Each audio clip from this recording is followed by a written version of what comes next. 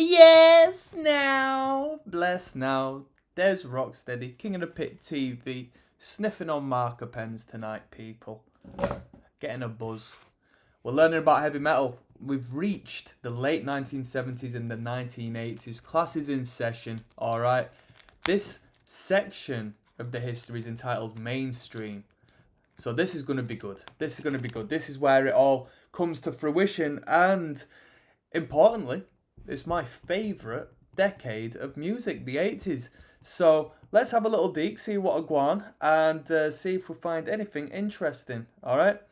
Punk rock emerged in the mid 1970s as a reaction against contemporary social conditions, as well as what was perceived as the overindulgent, overproduced rock music of the time, including heavy metal. Sales of heavy metal records declined sharply in the late 1970s in the face of punk, disco, and more mainstream rock.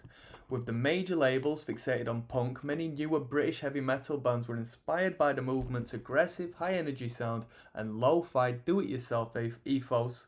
Underground metal bands started putting out cheaply recorded releases independently to small devoted audiences. How mad is that? So heavy metal was influenced by punk rock in the mid to late 70s as far as the DIY ethos is concerned.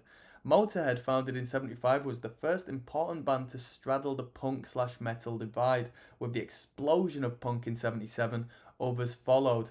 British music magazines such as The Enemy and Sounds took notice, with Sounds writer Jeff Barton christening the movement the new wave of British heavy metal. New wave of British heavy metal bands included Iron Maiden, Saxon, and Def Leppard re-energised the heavy metal genre, following the lead set by Judas Priest and Motorhead. They toughened up the sound, reduced its blues elements, and emphasised increasingly fast tempos. So we're suppressing those blues elements there. This seemed to be the resurgence of heavy metal, noted Ronnie James Dio, who joined Sabbath in 79. I've never thought there was a desurgence of heavy metal, if that's a word, but it was important to me that, yet again, after Rainbow, I could be involved in something that was paving the way for those who were going to come after me. By 1980, the new wave of British heavy metal had broken into the mainstream as albums by Iron Maiden and Saxon, as well as Motorhead, reached the British top 10. Though less commercially successful, new wave of British heavy metal bands such as Venom and Diamond Head would have significant influence on metal's development.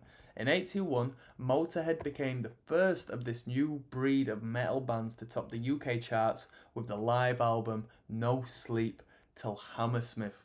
By 1980, the new wave of British heavy metal had broken into the mainstream as albums by Maiden and Saxon, as well as Motorhead, reached the British top 10.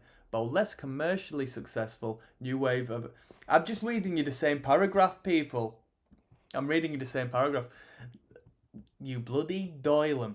The first generation of metal bands was seen in the limelight. Deep Purple broke up soon after Blackmore's departure in 75, and Led Zeppelin split following drummer John Bonham's death in 1980.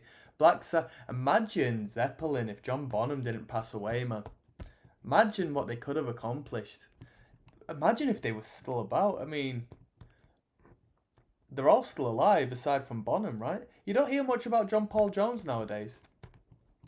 Black Sabbath were plagued with infighting and substance abuse while facing fierce competition from their opening band Van Halen. Wow, Eddie Van Halen established himself as one of the leading metal guitarists of the era. His solo on Eruption from the band's self-titled 78 album is considered a milestone. Eddie Van Halen's sound even crossed over into pop music when his guitar solo was featured on the track Beat It by Michael Jackson, which reached number 1 in the US in February 83. So Eddie Van Halen was linked in to be performing Michael Jackson records in the 80s is crazy. That is crazy. You know what? We're going to have a little look into Michael Jackson. I'm going to open that tab there. Inspired by Van Halen's success, a metal scene began to develop in Southern California during the late 70s, based on the clubs of LA's Sunset Strip. Bands such as Motley Crue, Quiet Riot, Rat and Wasp were influenced by traditional heavy metal of the 70s. I'll tell you what, them glam bands have got the best riffs. Glam bands have got better riffs than thrash metal bands. I'm telling you, better than death metal bands, better than heavy metal bands. I mean, it is heavy metal riffing essentially, but them glam bands, the guitar is fantastic. These acts incorporated the theatrics and sometimes makeup of glam metal or hair metal bands such as Alice Cooper and Kiss. Glam metal bands were often visually distinguished by long, overworked hairstyles accompanied by wardrobes which were sometimes considered cross gender. The lyrics of these glam metal bands characteristically emphasized hedonism and wild behavior, including lyrics that involved sexual expletives and the use of narcotics. In the wake of the new wave of British heavy metal and Judas Priest's breakthrough with British Steel in 1980, heavy metal became increasingly popular in the early 1980s. Many metal artists benefited from the exposure they received on MTV, which began airing in 81. Sales often soared if a band we're going to have a look at MTV too. I want my MTV. Which began airing in 81. Sales often soared if a band's video screened on the channel, no doubt. Def Leppard's videos for Pyromania in 83 made them superstars in America, and quite right became the first domestic heavy metal band to top the Billboard chart with Metal Health in 83.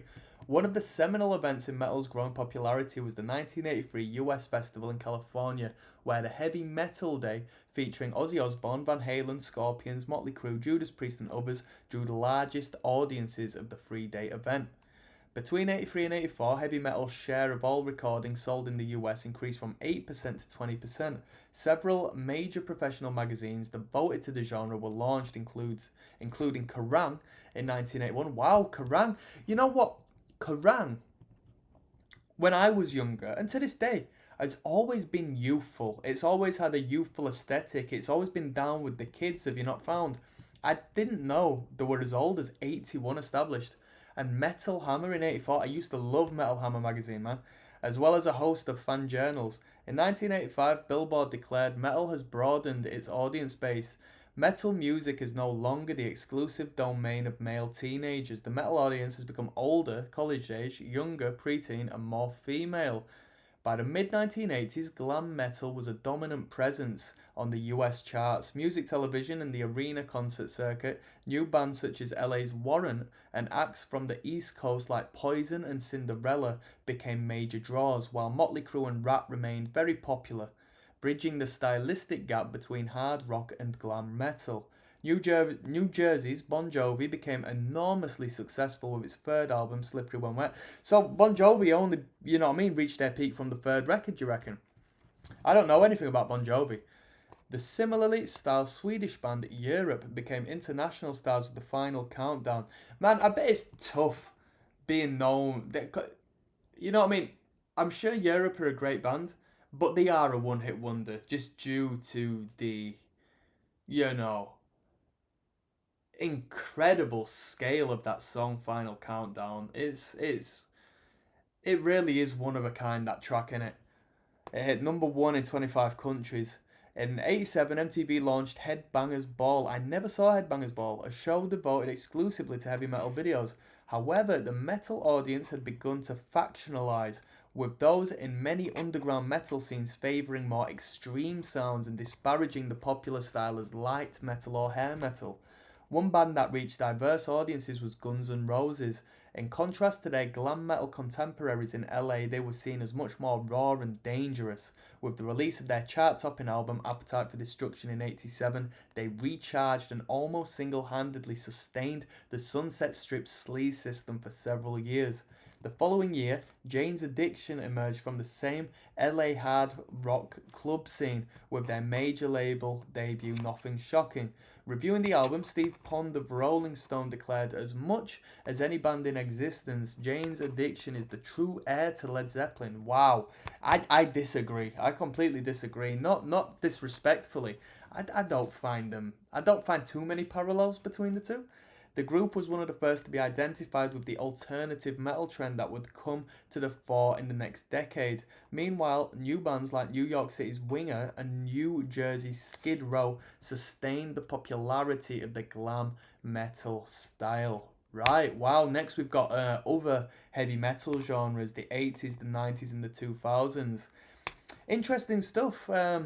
Guns N' Roses, Jane's Addiction, I wouldn't necessarily coin either with the term heavy metal, personally. But here we are. We're living and learning, people. What do you think? Leave a comment down below. Let's engage. Let's talk about metal music, man. I'll see you on the flip side. We'll go into the other heavy metal genres next.